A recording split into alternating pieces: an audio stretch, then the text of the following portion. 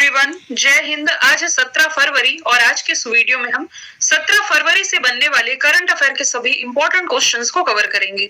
फटाफट से रिवीजन कर लेते हैं। कल हम लोगों ने पढ़ा था कि भारत की पहली electric AC double decker bus, इसका उद्घाटन महाराष्ट्र की राजधानी मुंबई में किया गया है। केंद्रीय मंत्री अनुराग ठाकुर ने फॉर्मूला ई चैंपियनशिप का उद्घाटन हैदराबाद में किया। हैदराबाद जो कि तेलंगाना की राजधानी है। रियल मैड्रिड ने रिकॉर्ड 5वीं बार क्लब वर्ल्ड कप अपने नाम किया है। खेलो इंडिया विंटर गेम्स जो कि गुलमर्ग में आयोजित किया गया था, जम्मू कश्मीर इसमें पदक तालिका में टॉप पर रहा है। अभी हाल ही में उत्तराखंड में सख्त नकल विरोधी कानून ये लागू किया गया है। महाराष्ट्र की सर्वोच्च पुरस्कार जो कि है महाराष्ट्र भूषण पुरस्कार, इससे अभी हाल ही में सम्मानित किया गया है। एक सामाजिक कार्यकर्ता है, अप्पा साहेब नाम हो जाएगा। फिर अगला सवाल था, रिजर्व बैंक ऑफ इंडिया के द्वारा वित्तीय साक्षरता सप्ताह, ये आयोजन इसका कब से कब तक किया गया? तो ये आयोजित किया गया था 13 से 17 फरवरी तक। ठीक है। साइप्रस के जो नए राष्ट्रपति है निकोल क्रिस्टोडोलाइस, ये बने हैं। तो ये सभी क्वेश्चंस हम लोगों ने कल डिस्कस कर लिए थे। शुरू कर लेते हैं आज का हमारा पहला सवाल। वर्ल्ड बैंक के प्रमुख कौन है जो कि अपने 5 साल के कार्यकाल के पूर्व ही अपना पद छोड़ने जा रहे हैं? तो देखिए, डेविड मलपास। मैंने काफी बार आपको बताया कि वर्ल्ड बैंक के ये 13वें क्रम के प्रेसिडेंट थे जो कि अमेरिका से थे और इनका कार्यकाल ना ये खत्म होने वाला था 5 साल का। इसके पहले ही ये अपने पद से इस्तीफा देने जा रहे हैं। वर्ल्ड बैंक, बैंकों का बैंक वर्ल्ड बैंक आप कहते हैं ना, तो ये कम और मध्यम आय वाले देशों को कैपिटल प्रोजेक्ट्स को आगे बढ़ाने के उद्देश्य से लोन और अनुदान इसमें प्रोवाइड कराता है। इसकी जो स्थापना हुई थी ये 1944 में हुई थी, लेकिन इसका जो संचालन है ना, यानी कि वर्क करना कब से शुरू किया था? तो 1945 से ये शुरू हुआ था। वॉशिंगटन डीसी में इसका हेडक्वार्टर है। वॉशिंगटन डीसी जो कि पोटोमैक नदी के किनारे स्थित है और इसी वॉशिंगटन डीसी में आईएमएफ का भी हेडक्वार्टर हो जाएगा। डूइंग बिजनेस रिपोर्ट ये कौन रिलीज करता है? तो ये वर्ल्ड बैंक के द्वारा ही रिलीज किया जाता है, लेकिन फिलहाल अपने इस प्रकाशन पर इसने बैन लगाया हुआ है। इसके अलावा करंट से यदि आप रिलेट करोगे तो इसके जो मुख्य अर्थशास्त्री अभी हाल ही में बनाए गए हैं, कौन बनाए गए हैं? वर्ल्ड बैंक के मुख्य अर्थशास्त्री इंदर मिट गिल। ठीक है। और सीएफओ कौन है? भारतीय मूल की ही याद आना चाहिए आप लोगों को। चीफ फाइनेंशियल ऑफिसर कौन हो जाएंगी? अंशुला कांत। अदर ऑप्शन की यदि मैं बात करूं तो एशियन डेवलपमेंट बैंक, इसके अध्यक्ष हो जाएंगे मात्सुगु अस्कावा। झांगमिंग एससीओ के संघाई कॉर्पोरेशन ऑर्गेनाइजेशन की, और नकोजी अंकोजी ये वर्ल्ड ट्रेड ऑर्गेनाइजेशन की पहली महिला अध्यक्ष हो जाएंगी। एडीबी का हेडक्वार्टर मनीला फिलीपींस में है। एससीओ यानी कि संघाई कॉर्पोरेशन हेडक्वार्टर ये हो जाएगा संघाई कॉर्पोरेशन ऑर्गेनाइजेशन का बीजिंग चाइना में। डब्ल्यूटीओ का हो जाएगा जेनेवा स्विट्जरलैंड में। ठीक है। अगला प्रश्न है, प्रधानमंत्री नरेंद्र मोदी ने किस राज्य में जल जन अभियान का वर्चुअली उद्घाटन किया है? तो इसका उद्घाटन इन्होंने अभी हाल ही में किया है राजस्थान में। राजस्थान की सिरोही जिले में इसका उद्घाटन किया है। ये एक जन जागरूकता अभियान है जिसमें कि ब्रह्म कुमारी संस्थान और जल शक्ति मंत्रालय से जुड़े लोग देश भर में 5000 से अधिक जल निकायों के संरक्षण यानी कि इसके कंजर्वेशन और नए जल निकायों के निर्माण करने के लिए जागरूकता अभियान चलाएंगे। राजस्थान की राजधानी क्या हो जाएगी? जयपुर। मुख्यमंत्री अशोक गहलोत, राज्यपाल कलराज मिश्र है। ठीक है।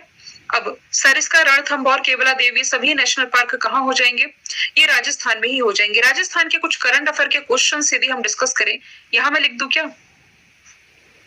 यहाँ लिख देती हूँ। देखिए, ऊर्जा संरक्षण के क्षेत्र में सर्वश्रेष्ठ राज्य का अवार्ड किसे मिला है?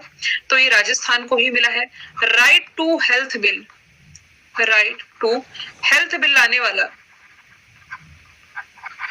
देश का पहला राज्य ये कौन सा है? राजस्थान ही है। यदि आप करंट से रिलेट करोगे ना, तो ये पिछले ही महीने की न्यूज है। हाल ही के दिनों में यहाँ अंधता नियंत्रण कानून ये लाया गया था ब्लाइंड लोगों के लिए। और इसके अलावा अच्छा, एक पॉलिसी आप लोगों को याद होगी, बायोफ्यूल पॉलिसी, ये लागू करने वाला पहला राज्य जो है ये राजस्थान ही बना था। ठीक है। अदर ऑप्शन के बारे में हम डिस्कस कर लेते हैं। देखिए, उज्ज्वला योजना जो है ना उत्तर प्रदेश से ही शुरू की गई थी और इसका दूसरा चरण भी उत्तर प्रदेश से ही शुरू किया गया। दूसरा चरण उत्तर प्रदेश के महोबा से, पहला चरण उत्तर प्रदेश के बलिया से, जबकि बिहार के आरा से उजाला योजना की शुरुआत की गई थी। ठीक है। आरा बिहार से। हिमाचल प्रदेश से क्या रिलेट करेंगे? हाल ही के दिनों में क्या चीज पढ़ा हम लोगों ने? देखिए, हिमाचल प्रदेश ने टारगेट रखा है 2025 तक का। किस लिए टारगेट है? ग्रीन एनर्जी स्टेट बनने का। ठीक है। हाल ही में जारी स्विस एयर ट्रैकिंग इंडेक्स में भारत का सबसे प्रदूषित शहर कौन बना है? जब भी प्रदूषण की बात की जाती थी तो हम हमेशा ही दिल्ली का नाम पहले पढ़ते थे, लेकिन अब दिल्ली को पीछे छोड़ते हुए प्रदूषण के मामले में, मतलब कि अभी हाल ही में स्विस एयर ट्रैकिंग इंडेक्स की ये जो रिपोर्ट आई है, इसमें मुंबई है ना, इसने प्रदूषण के मामले में दिल्ली को पीछे छोड़ दिया है।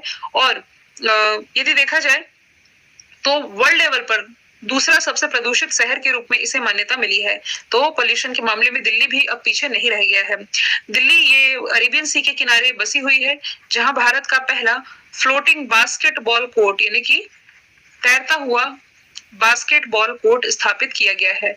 National stock exchange, Bombay stock exchange और सेबी का, national stock exchange, Bombay stock exchange और security and exchange board of India, इन सभी का हेडक्वार्टर है। आरबीआई का भी हेडक्वार्टर यही हो जाएगा। करंट से यदि रिलेट करोगे तो काला घोड़ा कला फेस्टिवल का जो आयोजन है, ये भी हाल ही के दिनों में मुंबई में ही किया गया था। बेंगलोर के बारे में यदि मैं बात करूं तो बेंगलोर में ना स्टेच्यू ऑफ प्रॉस्पेरिटी, केम्पुगोड़ा की जो प्रतिमा, समृद्धि की प्रतिमा, प्रॉस्पेरिटी का उद्घाटन बेंगलोर में किया गया था। भारत की पहली इंटीग्रेटेड एसी रेलवे टर्मिनल का भी उद्घाटन कहाँ किया गया? बेंगलोर में। बेंगलोर किसकी राजधानी है? तो ये कर्नाटक की राजधानी हो जाएगी। दिल्ली देखिए सीसीटीवी से निगरानी रखने के मामले में ये टॉप पर है। लखनऊ के बारे में यदि मैं बात करूं तो लखनऊ का जो चाबहार रेलवे चाबहार क्यों कह रही हूँ, माफ कीजिएगा, लखनऊ में एक मुझे देखिए डेली नाम बोलती हूँ, आज दिमाग से निकल रहा है, और हेल्थ एटीएम, लखनऊ के रेलवे स्टेशन में भारत का पहला हेल्थ एटीएम स्थापित किया गया। मतलब कि 50 रुपए से लेकर के 100 रुपए तक में इसमें 20 से 25 हेल्थ चेकअप ये प्रोवाइड कराए जा रहे थे। अगला प्रश्न है, हाल ही में प्रधानमंत्री नरेंद्र मोदी ने आदि महोत्सव का उद्घाटन कहाँ किया है? तो इसका उद्घाटन अभी हाल ही में राजधानी दिल्ली में किया गया है, 16 फरवरी को मेजर ध्यानचंद नेशनल स्टेडियम में। तो ये आपसे पूछा जा सकता है स्टैटिक में कि मेजर ध्यानचंद नेशनल स्टेडियम कहाँ है? तो ये दिल्ली में स्थित हो जाएगा। ठीक है, अर्जुन मुंडा जो कि जनजातीय मामलों के केंद्रीय मंत्री, इन्होंने भी इसमें पार्टिसिपेट किया है। तो इस अवसर में उन उत्पादों पर मतलब विशेष जोर दिया जाएगा जो कि शिल्पकार और कारीगर समुदाय से जुड़े हुए हैं। इसमें विभिन्न तरह की स्टॉल का प्रदर्शन किया जाएगा और आत्मनिर्भर भारत का जो सपना है प्रधानमंत्री नरेंद्र मोदी जिस पर अभी बल भी दे रहे हैं, तो इसमें आदिवासी समुदाय की भी जो सहभागिता है इसे उजागर किया जाएगा इस आदि महोत्सव में, जो कि दिल्ली में शुरू हुआ है। दिल्ली यमुना नदी के किनारे बसी हुई है। जस्ट मैंने बताया सीसीटीवी से निगरानी रखने के मामले में ये टॉप पर है। भारत की पहली ड्राइवरलेस यानी कि बिना ड्राइवर के चलने वाली जो मेट्रो ट्रेन है ये दिल्ली में ही लॉन्च की गई थी। सुभाष चंद्र बोस की प्रतिमा का अनावरण अभी हाल ही में इंडिया गेट के पास किया गया था प्राइम मिनिस्टर नरेंद्र मोदी जी के द्वारा। भारत का पहला जो युद्ध स्मारक है यानी कि वॉर मेमोरियल, ये कहाँ है? तो ये दिल्ली में ही स्थित हो जाएगा। हैदराबाद में इन्होंने स्टेच्यू ऑफ इक्वालिटी का अनावरण किया। बेंगलोर में स्टेच्यू ऑफ प्रॉस्पेरिटी, हैदराबाद में स्टेच्यू ऑफ इक्वालिटी, कानपुर में पनकी पाइपलाइन प्रोजेक्ट का उद्घाटन इन्होंने किया था जो कि मध्य प्रदेश की बीना रिफाइनरी से कनेक्ट होने जा रही थी। और उज्जैन में इन्होंने महाकाल लोक का जो कॉरिडोर रहा ना, इसका उद्घाटन किया था।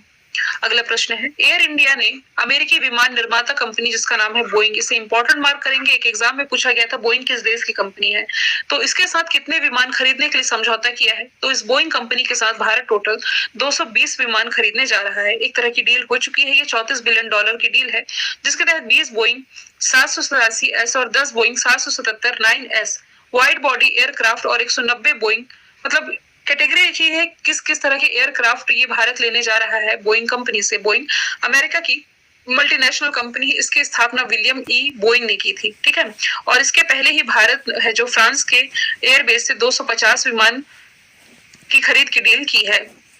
अच्छा, ये तो फ्रांस की बात आई, और रसिया का भी मैं आप लोगों को बता दूंगी। तो बोइंग कंपनी याद रखना अमेरिका की है। फ्रांस के साथ भारत की कौन सी डील है? राफेल डील, याद रखेंगे राफेल डील। पूरे 36 राफेल विमान प्राप्त हो चुके हैं भारत को फ्रांस से।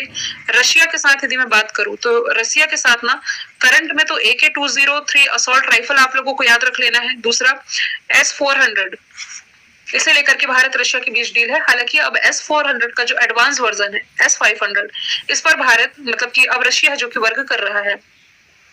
केंद्र द्वारा प्रायोजित वाइब्रेंट विलेज प्रोग्राम के लिए कितने करोड़ का आवंटन किया गया है? अब देखिए, अब एग्जाम में क्या हो रहा है ना कि क्वेश्चन का पैटर्न चेंज किया जा रहा है। पहले अमाउंट नहीं पूछा जाता था, अब किसी इंपॉर्टेंट योजना की बात की जाती है ना तो उसका अमाउंट भी डायरेक्ट एग्जाम का पार्ट बन रहा है। जैसे कि इंडेक्स में मैं डायरेक्ट बता देती थी कौन सा राज्य टॉप पर है, कौन सा राज्य सबसे नीचे है, लेकिन अब ये भी पूछा जा रहा है कितने स्कोर के साथ टॉप पर है और कितने स्कोर के साथ डाउन पर है। जैसे कि आपके बीपीएससी में भी पूछा गया था, सस्टेनेबल डेवलपमेंट गोल इंडेक्स में बिहार का क्या स्कोर है? 52 के स्कोर के साथ बिहार सबसे नीचे था। तो ये नहीं पूछा गया नीचे सबसे कौन है, टॉप पर केरल, ये नहीं, स्कोर पूछ लिया गया था डायरेक्ट। इसलिए थोड़ा क्वेश्चन का पैटर्न मैं मॉडिफाई कर रही हूँ। तो 4800 करोड़ रुपए की ये डील है। जो उत्तरी सीमा है ना भारत की, यहाँ बेसिक जो बुनियादी ढांचा है इसके विकास के लिए प्रधानमंत्री नरेंद्र मोदी की अध्यक्षता में केंद्रीय मंत्रिमंडल ने वीवीपी यानी कि वाइब्रेंट विलेज प्रोग्राम इसकी शुरुआत की गई है। इसका मेन पर्पस है कि उत्तरी सीमा पर ब्लॉक के गांवों का डेवलपमेंट किया जा सके और सीमावर्ती गांव में रहने वाले लोगों की जीवन में मतलब जीवन की जो क्वालिटी है, गुणवत्ता है, इसमें सुधार किया जा सके। और इसी के लिए 4800 करोड़ के आवंटन को मंजूरी दे दी गई है, जिसमें कि 2500 करोड़ रुपए का जो फंड है इसका इस्तेमाल यहाँ सड़कों के निर्माण के लिए किया जाएगा। तो केंद्र द्वारा प्रायोजित ये प्रोग्राम है, योजना है, क्या है? Vibrant village programme. पर्पस मैंने बता दिया, सीमावर्ती क्षेत्रों का विकास, और फिर इसके लिए अमाउंट है 4800 करोड़ रुपए, 4800 करोड़ रुपए। अगला प्रश्न है, भारत के किस टेक स्टार्टअप ने एरो इंडिया 2023 शो में सौर संचालित ड्रोन जिसका नाम है सूरज इसका अनावरण किया है? मैंने आपको बताया था कुछ दिन पहले ही, एशिया का सबसे बड़ा जो एरो शो है इसका उद्घाटन प्राइम मिनिस्टर नरेंद्र मोदी ने हाल ही में किया था। कहाँ? तो एरो शो का उद्घाटन इन्होंने बेंगलोर में किया था। इसमें जो एक tech startup company Garuda aerospace, इसने सौर एनर्जी से संचालित ड्रोन इसका अनावरण किया है और इसी का नाम रखा गया है सूरज। सौर संचालित मानव रहित टोही हवाई जे ग्लाइडर सूरज ड्रोन का अनावरण कर दिया गया है। ठीक है, ये ड्रोन हाई एल्टीट्यूड वाला ISR ड्रोन है जिसे विशेष रूप से निगरानी कार्यों के लिए डिजाइन किया गया है। ड्रोन के जे आकार वाले पंखे हैं और सौर ऊर्जा से चलने वाले सेल हैं। गरुड़ एरोस्पेस भारत का एक मानव केंद्रित ड्रोन स्टार्टअप है जिसकी स्थापना 2005 में की गई थी। कुछ दिन पहले ही मैंने आप लोगों को बताया था कि MS धोनी जो है इसके ब्रांड एम्बेसडर भी बनाए गए हैं। अब कुछ स्टार्टअप की बात की गई तो स्काई रूट एरोस्पेस का नाम आप लोगों को याद होगा, भारत का पहला स्वदेश रूप से निर्मित क्रायोजेनिक इंजन था धवन 1। ये स्काई रूट एरोस्पेस ने लॉन्च किया, मतलब ऐसा क्रायोजेनिक इंजन बनाने वाली पहली प्राइवेट कंपनी ये बनी थी। स्पेस किड्स इंडिया के द्वारा मतलब 750 स्कूली लड़कियों के द्वारा एक सैटेलाइट बनाया गया था स्पेस किड्स इंडिया। हाल है हिंदुस्तान एरोनॉटिक्स लिमिटेड, ये बैंगलोर में ना सबसे बड़ा भारत का हेलीकॉप्टर फैक्ट्री, मैन्युफैक्चरिंग फैक्ट्री आप कह सकते हैं, ये ओपन करने जा रही है। इसका उद्घाटन प्राइम मिनिस्टर नरेंद्र मोदी ने किया था। अगला प्रश्न है, भारत के पहले चैट जीपीटी संचालित AI चैटबॉट को लॉन्च किया गया है, नाम है लेक्सी। तो सवाल यह किस फिनटेक कंपनी ने लॉन्च किया है? वेलोसिटी के द्वारा एक चैटबॉट लॉन्च किया गया है, इसी का नाम लेक्सी है। अच्छा, ये जो AI आप लोग हमेशा पढ़ते हैं, आर्टिफिशियल इंटेलिजेंस, ये इसकी फुल फॉर्म बनती है। कृत्रिम बुद्धिमत्ता यदि हम हिंदी में कहें तो इंसानों में, माफ कीजिएगा, मशीनों में इंसानों जैसे सोचने समझने की क्षमता विकसित करना और निर्णय लेने की क्षमता विकसित करना ही आर्टिफिशियल इंटेलिजेंस कहलाता है ना? तो अभी भारत में भारतीय चैटबॉट को फिनटेक कंपनी वेलोसिटी के द्वारा लॉन्च किया गया है, नाम इसका लेक्सी है। तो इसे चैट जीपीटी का भारतीय संस्करण माना जा रहा है और ये चैटबॉट एक कंप्यूटर प्रोग्राम है। देखिए जस्ट मैंने बताया है, ये यूजर के सवालों को समझने और उनका जवाब देने के लिए आर्टिफिशियल इंटेलिजेंस और नेचुरल लैंग्वेज प्रोसेसिंग का उपयोग करता है कि जो यूजर या जो भी कस्टमर जिस लैंग्वेज में सवाल पूछ रहा है तो ये नेचुरल लैंग्वेज प्रोसेसिंग के माध्यम से ये जवाब दे सकता है। तो आप लोगों को एक और चैटबॉट याद आ जाना चाहिए, बार्ड नाम का चैटबॉट, गूगल के द्वारा अभी हाल ही में लॉन्च किया गया था। ठीक है, तो अभी याद रखना लेक्सी जो कि वेलोसिटी के द्वारा लॉन्च कर दिया गया है। अगला प्रश्न है, हाल ही में मुंबई में 11 से 19 फरवरी तक राष्ट्रीय संस्कृति महोत्सव 2023 का आयोजन किस मंत्रालय के द्वारा किया जा रहा है? तो इसका आयोजन संस्कृति मंत्रालय के द्वारा किया जा रहा है। 19 फरवरी मतलब 2 दिन बाद ये समाप्त भी हो जाएगा। तो महाराष्ट्र के जो पूर्व राज्यपाल है भगत सिंह कोश्यारी, इन्होंने इसका उद्घाटन किया। अच्छा, मैंने क्यों लिखा पूर्व राज्यपाल भगत सिंह कोश्यारी? क्योंकि वर्तमान में महाराष्ट्र के जो राज्यपाल हैं या बदल दिए गए हैं, कौन हो जाएंगे? ये रमेश बैस हो जाएंगे, है ना? तो सांस्कृतिक आदान प्रदान के माध्यम से राष्ट्रीय एकता अखंडता को बढ़ावा देने के लिए महाराष्ट्र सरकार के सहयोग से संस्कृति मंत्रालय द्वारा ये आयोजित किया गया है। आपसे मैं एक सवाल पूछूंगी कि संस्कृति मंत्री प्रेजेंट टाइम में कौन है? आंसर आप लोग कमेंट बॉक्स में बताएंगे। एस जयशंकर ये हमारे विदेश मंत्री हो जाएंगे। खेल मंत्री अनुराग ठाकुर हो जाएंगे। और फिर कृषि मंत्री ये हो जाएंगे नरेंद्र सिंह तोमर, जिन्होंने भारत के पहले जानवर वाले वैक्सीन एनकोवैक्स को लॉन्च किया था। तो संस्कृति मंत्रालय किसके कौन प्रभार संभाल रही है, आप लोग कमेंट बॉक्स में बताएंगे। लास्ट का प्रश्न मैंने रिवीजन कर रखा है, यूनेस्को शांति पुरस्कार 2022 से किसे सम्मानित किया गया है? ये सम्मानित की गई है जर्मनी की पूर्व चांसलर एंजेला मर्केल। अपने कार्यकाल के दौरान शरणार्थियों के प्रति अपनाए गए उदार भाव के लिए इन्हें सम्मानित किया गया है। व्लादिमीर जेलेंस्की यूक्रेन के राष्ट्रपति है। इन्हें टाइम मैगजीन के द्वारा 2022 का पर्सन ऑफ द ईयर चुना गया था। ठीक है, person of the year 2022। Winston Churchill leadership award से भी सम्मानित किए जा चुके हैं। नरेंद्र मोदी का देखिए, इन्हें पहला लता दीनानाथ मंगेशकर अवार्ड मिला है। पद्म विभूषण जो कि भारत का सेकंड हाईएस्ट सिविलियन ऑनर है, इससे मरणोपरांत जापान के पूर्व प्राइम मिनिस्टर शिंजो अबे को सम्मानित किया गया था। मैंने कल आप लोगों से पूछा था आईसीसी T20 महिला वर्ल्ड कप किस देश में शुरू हुआ? साउथ अफ्रीका राइट आंसर था। आज का सवाल आप लोगों के लिए है कि इसरो ने गगनयान मिशन को आगे बढ़ावा देने के लिए किसके साथ साझेदारी की है? आंसर इसका कमेंट बॉक्स में बताएंगे आप लोग। टेलीग्राम पर भी मैंने पेज बना दिया है आप लोगों को डेली करंट की अपडेट देने के लिए, तो आप मुझे वहां भी फॉलो कर सकते हैं। ठीक है, फिर हम मिलेंगे नेक्स्ट वीडियो के साथ। Thank you so much.